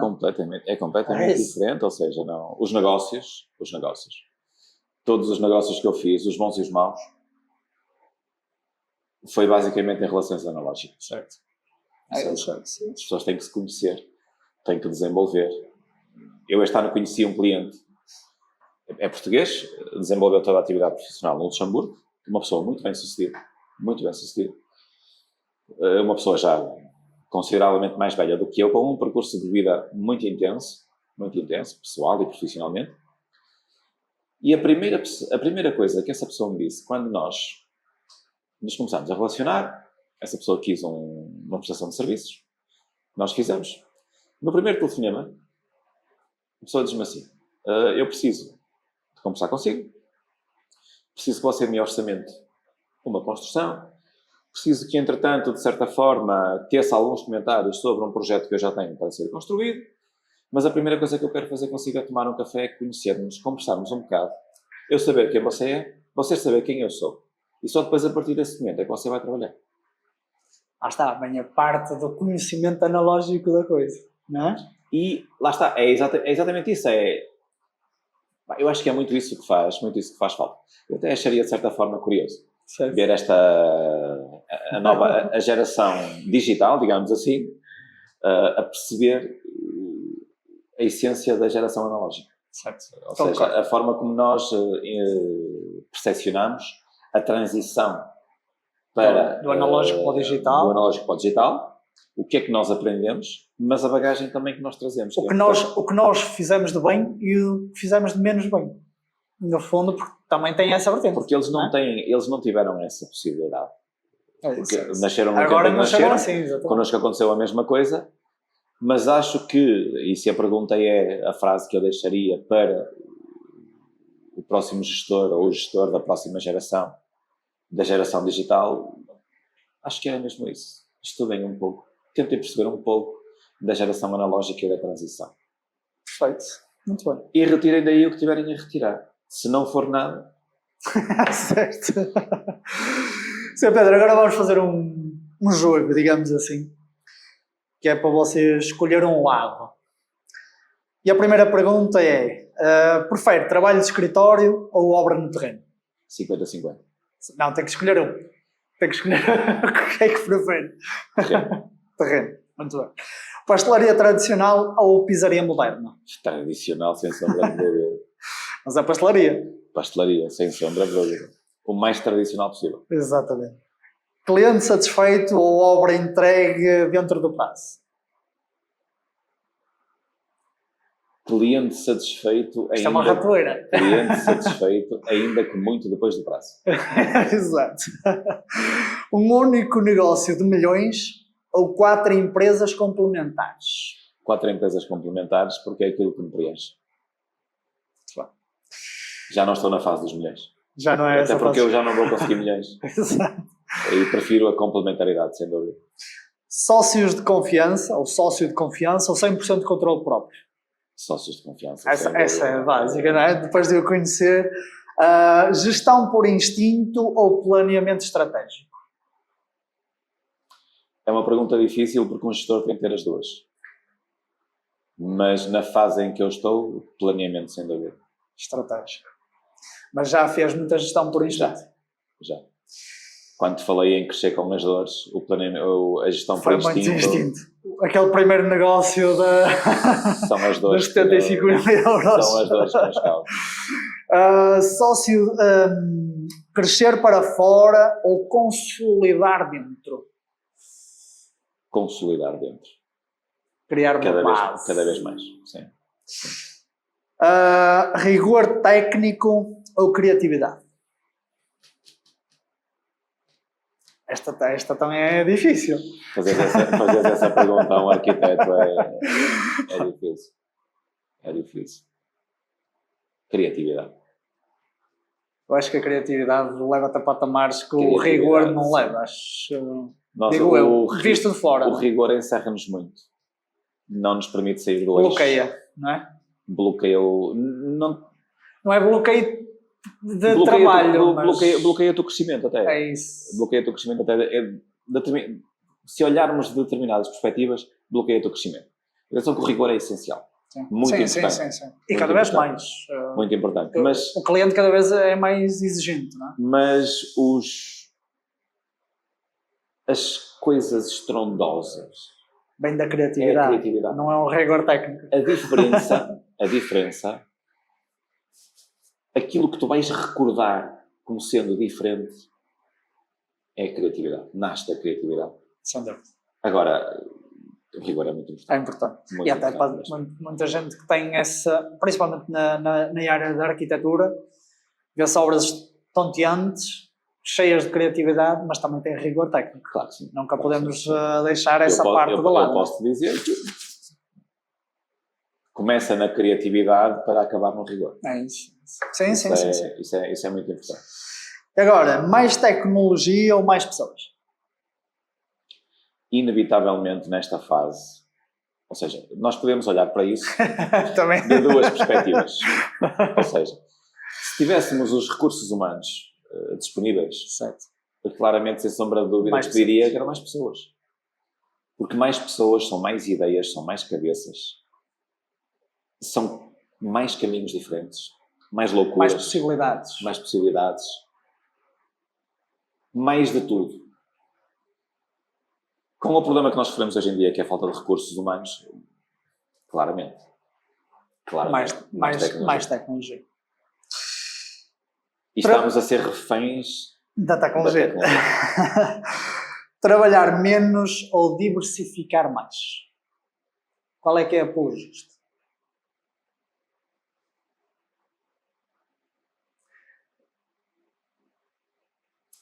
Diversificar mais é perigoso. É perigoso. É perigoso porque tens o limite, tens aquele limite que a partir daquilo já é perder. Certo. Porque... Mas pode ser trabalhar mais com consistência. Por exemplo, da forma como o Sr. Pedro criou a sua estrutura, foi a diversificar mais. Foi. Consistentemente, conscientemente, mas a realidade é que isso acabou por acontecer. Eu também entendo que se tu diversificares o portfólio, também estás mais seguro. Certo. Tens mais segurança. Podes ter mais áreas de negócio. Sim, podes ter mais negócio. Claramente, tens menos rentabilidade em cada uma delas porque não estás 100% focado. 100% em cada uma delas. Mas também sofres um número de estímulos maiores. Certo. No entanto, trabalhar menos e melhor, eventualmente até te torna mais rentável. Sim. Torna-te mais rentável. Foca-te mais. Mas tende a fazer-te muito parecido com uma máquina. Certo. E então, não, para mim não. Para mim não. Então, neste caso, diversificar mais. Sr. Pedro, tem alguma coisa que gostasse de deixar ficar neste podcast? Alguma palavra? Primeiro, um agradecimento por ter sido o primeiro, pela relação que temos, certo, pela parceria que temos nos negócios na medida do possível, porque entretanto também vi o teu negócio crescer. Sem dúvida. Foi dos nossos primeiros clientes. Ainda hoje é cliente, é bom sinal. E tem crescido, é importante, é interessante. Fico muito satisfeito de ver as pessoas crescer. Isso é muito importante, sentir que os outros estão bem e as pessoas que nós conhecemos que estão bem, que crescem, que se tornam empresárias de sucesso, que alavancam a própria vida. E juntamente com isso alavancam a vida dos outros também. Certo. Isso é importante. Fazer votos que, entretanto, o Vital se torna extremamente popular, que entretanto passa de conversas a 2 para conversas a 3 e a 4, certo. que é extremamente construtivo.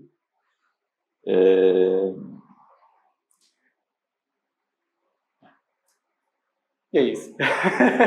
E que entretanto as pessoas saibam caminhar. Sim. É O caminho faz-se caminhando, na fundo, é um bocadinho isso, não é? É importante, é importante. Eu cheguei onde cheguei com muitas dores. Certo. Mas eu acho que bastantes. nunca se chega aí sem dores. Continuo Não é? a senti-las, sim, continuo a Por isso. senti-las. Bem ou mal, continuo orgulhoso do meu percurso. Exatamente. Claramente faria coisas diferentes, mas tenho uma maturidade Faz diferente. parte, exatamente. Não há muito a trocar. É o que é. A sua experiência desta conversa foi positiva? Muito positiva, muito interessante. Também gostei muito. Muito Sem interessante. dúvida. Não tinha expectativa. Certo. Eu sou o ser humano de expectativa zero. Certo. Eu parto da expectativa zero exatamente por respeito Sim. a tudo o que me rodeia e a todas as Exatamente. outras pessoas. A partir do momento que a expectativa cresce, eu vou junto e tento agregar o máximo que consigo É isso. às situações em que estou e com as pessoas que estou. Essa última palavra é mesmo muito sucesso. Muito Para obrigado. nós. Muito obrigado. A nós. E para todos. Isto realmente é um podcast de negócios para negócios, de empresários que queiram crescer, que queiram evoluir, que queiram deixar um bocadinho esta palavra para outros empresários, para futuros empresários. No fundo é um bocadinho isso. Por isso, Sr. Pedro, eu agradeço. Muito obrigado. Se sintam estimulados a vir agora. É isso, seja, é isso mesmo. Que isto tenha servido ou que este podcast tenha servido para estimular as próximas pessoas que tu Sem dúvida. convido. Espero que sim. Espero que sim. É importante. Pronto. Tenho plena consciência e estou convicto de que te vai estimular. Agradeço, Pedro. Entretanto, obrigado pela transparência e pela partilha. Cada episódio do BitTalks é uma janela para o mundo dos negócios, com os desafios, conquistas e lições que não se aprendem nos livros, muitas delas. E a ti que nos ouves, que lição vais aplicar esta semana no teu projeto ou negócio?